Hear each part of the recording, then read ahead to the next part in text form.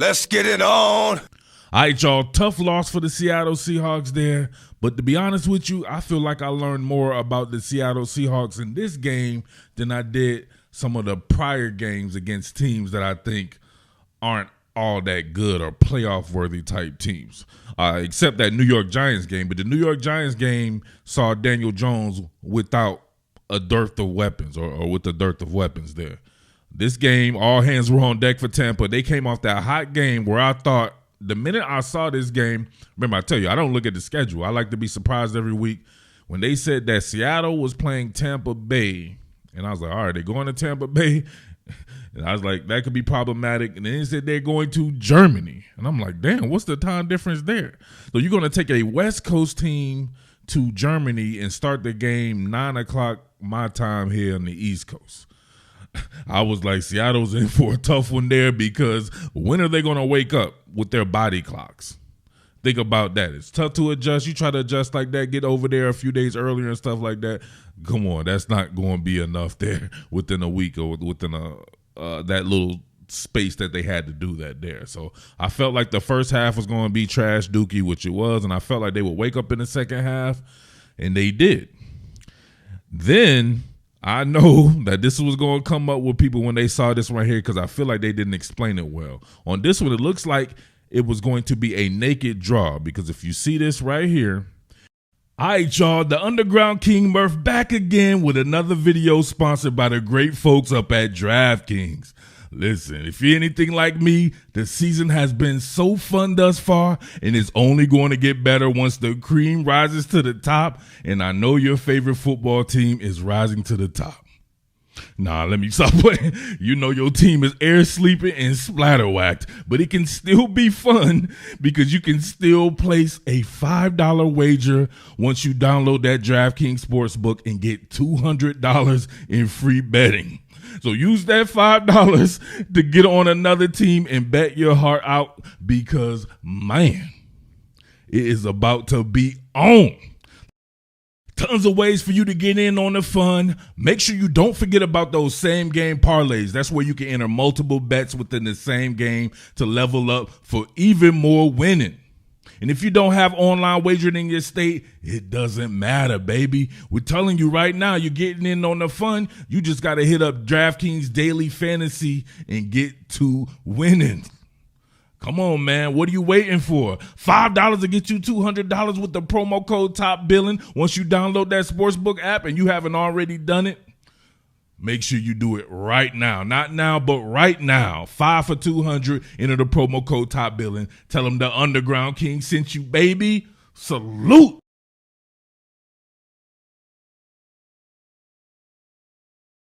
Geno gets the look that he will want for a naked draw. You have an extremely light box here. You have man coverage. Now, that's rare. You're this close to where the action has to happen super quick, and they work with man coverage and only have a couple of guys underneath in zone. Joe Tryon here in zone, and, of course, Devin White right here in zone. But man, and even worse here is just quick stick routes. Stick, kind of an out route there. Same thing here for Kenneth Walker. Deal whomever is out here, got a Goodwin or anyone like that. You can see it's pretty quick hitting. So if all eyes are on the receivers here, Geno Smith gets this. If Austin Blythe were to block and then release up here to get Devin White, Geno has a two-way go here. And it looks like that's what he was expecting. I don't think they recognize this on the telecast, but look, Geno's stepping because he understands that everyone's in man. So if Blythe right now releases, Geno wants to go up the gut here. You can tell because he runs right into Blythe. Look at him. Put his hands on Blythe like, damn.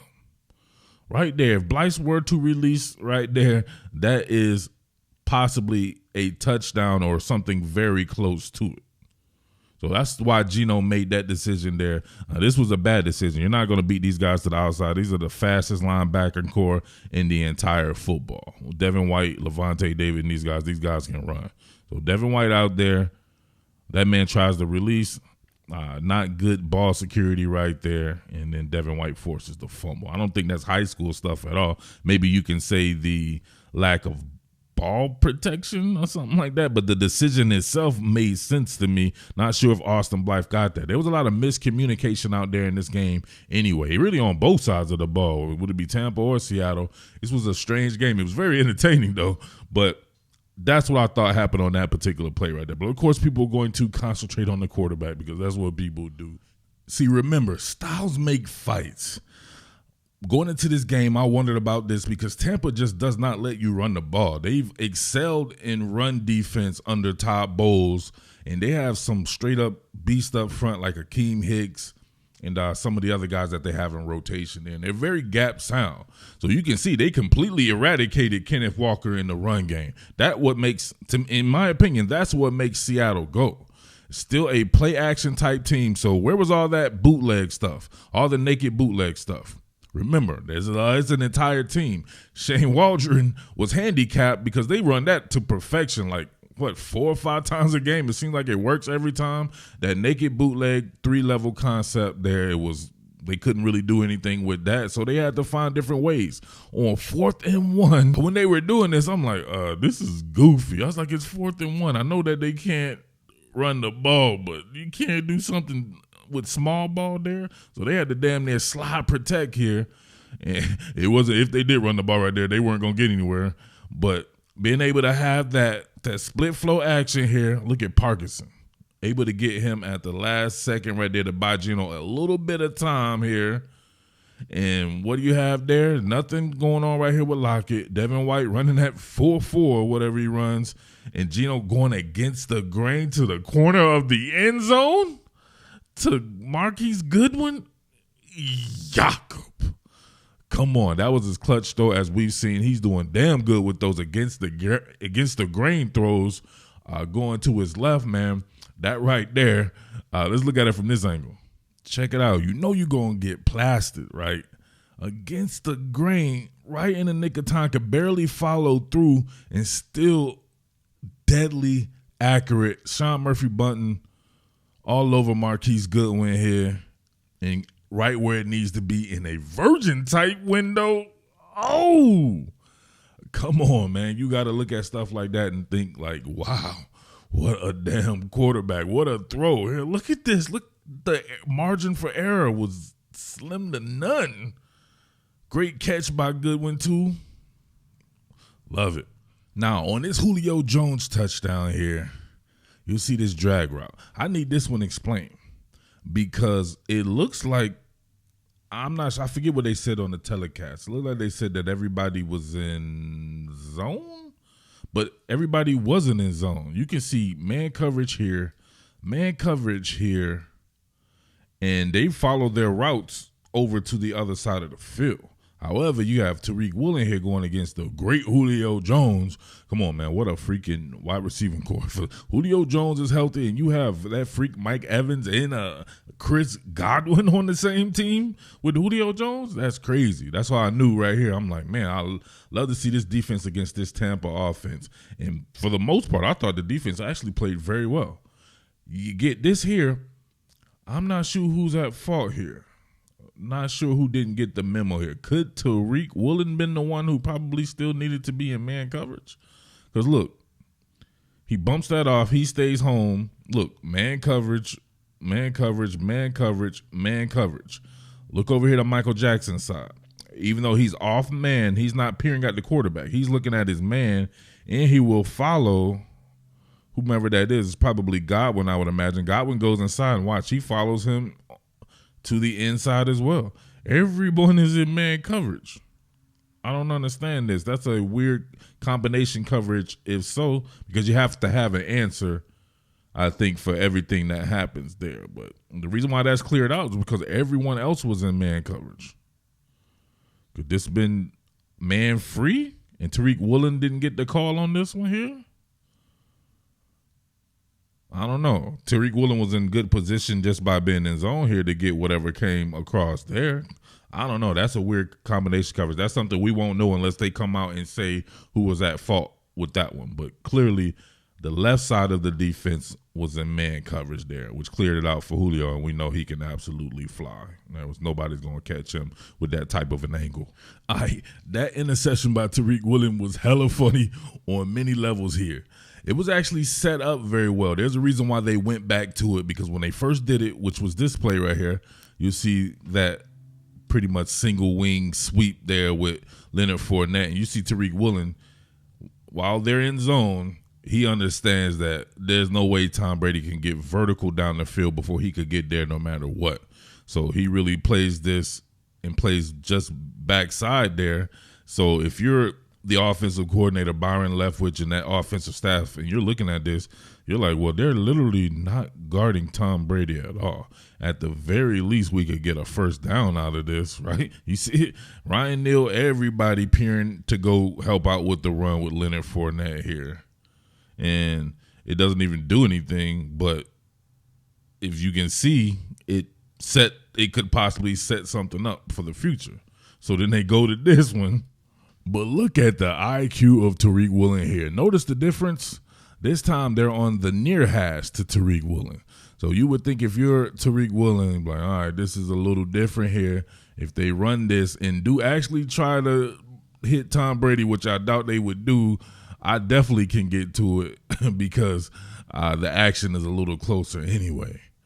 But I don't think Leonard Fournette did a good job of really selling this to begin with there, but it was all hilarity ensued with this one right here. You can see Tariq Woolen telling them right here, all right, Tom Brady, right there. We have 20 yards to the goal. I could sprint backwards and beat that man to the end zone. So see it right here, half moon right there, and look at him. He recognized it immediately. He didn't even go inside this time. Recognized it immediately. And then he's on right there. And, of course, Leonard Fournette, he ain't no quarterback. He lollipops it. Look at Tom Brady. He's been waiting his whole career for this one moment. He's like, yeah, they want to make fun of, you want to make fun of my athleticism? Okay, buddy, I'll show you. I've seen Randy Moss do this 50 million times. I throw it to him, and look, I'm about to moss this cat. Look at this. Watch me get up and, oh, oh no, coach. Coach, did I moss him? Like, no, Tom, you didn't. Tom concussed himself trying to jump. You got this man all out of his element trying to do something athletic. He concusses himself trying to jump, never actually jumps. It then has to trip like a little kid. Come on, man. Is this what it's come down to? That's the funniest thing ever. Let's zoom in on this. Look at his face. He's like, one shining moment. He gonna moss Tariq Woolen. Look at him. Loses control of the ligaments in his ankle. And then splatter wax. Concusses himself. And then Tariq gets up for the downstroke. Another interception for him. And look at him having a trip. Come on. He knew he wasn't going to be able to get up in time to try to tackle him. That was the best he could do. Come on, man. Geriatric abuse. Loved how they regrouped in the second half and put the focus on small ball, rhythm and timing plays, and even a little tempo pacing. You had Kenneth Walker getting heavily involved in the game plan still, despite them not being able to run the ball with him, and I absolutely love this one right here. You can see them, right? Hitch it out there, one-on-one with the great one. Oh, muscle relax that man. Spun him like a dreidel. Look at that. Man has some really good agility there. Absolutely played him. Stuck that left foot in the ground just to spin cycle on him and get north-south upfield. That little small ball stuff right there. And you can't run the ball for 6-7 yards on first down. Throw it out to a Kenneth Walker. Really like what I saw from Geno to DK Metcalf, Mr. Dennis Rodman himself. Dennis Rodman Jr. himself had himself a few plays out there that were definitely characteristic of a Dennis Rodman. But check this out right here. Look at his comeback. Look at him sell that bad boy. Only thing about him is he's such a big dude. He has to kind of bog it down, which kind of allowed Jamel Dean to get back into the play here. But Geno Smith, pinpoint accuracy there. And look at this, though. The only thing, I don't know how I feel about this. Letting the ball get into your body on this particular situation, I think that if you pluck it out of the air, maybe you can cause Jamel Dean to not really be able to get there, but it's hard to go through someone's body as well, so maybe it's not that bad of a play, but obviously you cut down on time in the air if you stick those mitts out there and pluck it from the air though. But great route right there. I wonder if one day he'll be able to get it to where he's able to really judge his steps here and not take multiple false steps. Right, that's what you're learning when you're coming up playing receiver there. You try to eliminate those false steps in transition. You see there he had a bunch of steps to transition there. And that's the difference between like a DK Metcalf and a lot of these smaller receivers. But the smaller receivers don't have a body like that causes cornerbacks to have to try to go through a bigger target anyway. So it ends up working out either way it goes there. Yeah. Murphy Bunting again. Was that him again? Murphy Bunting having a tough time out there. Look at that. He's like, Coach, I got him. I'm in outside leverage, and I know he's going to run a fade or an out route. Watch me jump it, Coach. Look, Coach, I got him. Uh-oh. Coach, where is he? Which way did he go, Coach? Which way did he go? Super early pandemic separation right here. Murphy Bunting pretending like he in zone now. He was in man, now he's in zone. To try to save face. Hell of a route right there. Must relax that man on a route transition. That was hard. Man, I just noticed this is just supposed to be the quick after game John. I usually come back again. I might come back. I saw that they said it's a bye week. Maybe when the All-22 comes out, I want to look at something on defense against the run and see what some of the gap integrity was like. But we shall see. But like I said before, I learned a lot about Seattle. Seattle ain't no bitch. This is a reload year. I don't know why you guys don't realize that. Some guys coming in here talking about the Super Bowl they're going to win and all this and that. I'm like, damn, dude, relax. Just take it one game at a time. It's a reload year, and it shows you the direction that the team is going, which could be astronomical because of the picks that they have and the moves that they're able to make and already be on their way. Don't lose sight of that there, right? So your man Tom Brady right here, he was predetermined in throws too. I don't understand. Nobody won't notice that about Brady, but look at Brady. He just knew that this seam route was going to be open, threw it right to Cody Barton, right? Like he's playing for Seattle. He wanted to play for Seattle. Look at him.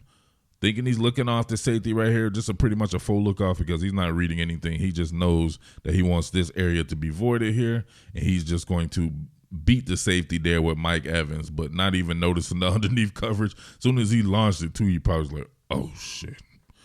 Right to that man. So they were getting turnovers there as well. Hey, man, these are the breaks. Those damn West Coast to East Coast games are tough, but West Coast to Germany is crazy. 6 o'clock in the morning with your body time that you have to start playing. What time did you have to get up with your body clock to begin your prep to play? Like 3 in the morning or some shit like that? That's crazy to me, man. But hey, Tampa had to do it too. It's a little bit better for them being an East Coast team, but you get what I'm trying to say there. So, all right, man, let me know what you think about this particular game right here. It is all to the good because it's your boy Mid-Atlantic Murph. Make sure you head on over to DraftKings, man. Download that DraftKings Sportsbook as well. Enter the promo code TOPBILLIN. And all you folks out there, if you can't, remember, you can still play DraftKings Daily Fantasy. At the very least, make sure you download that Sportsbook app for your boy, all right? Strike the band. What more can I say? Top Billin.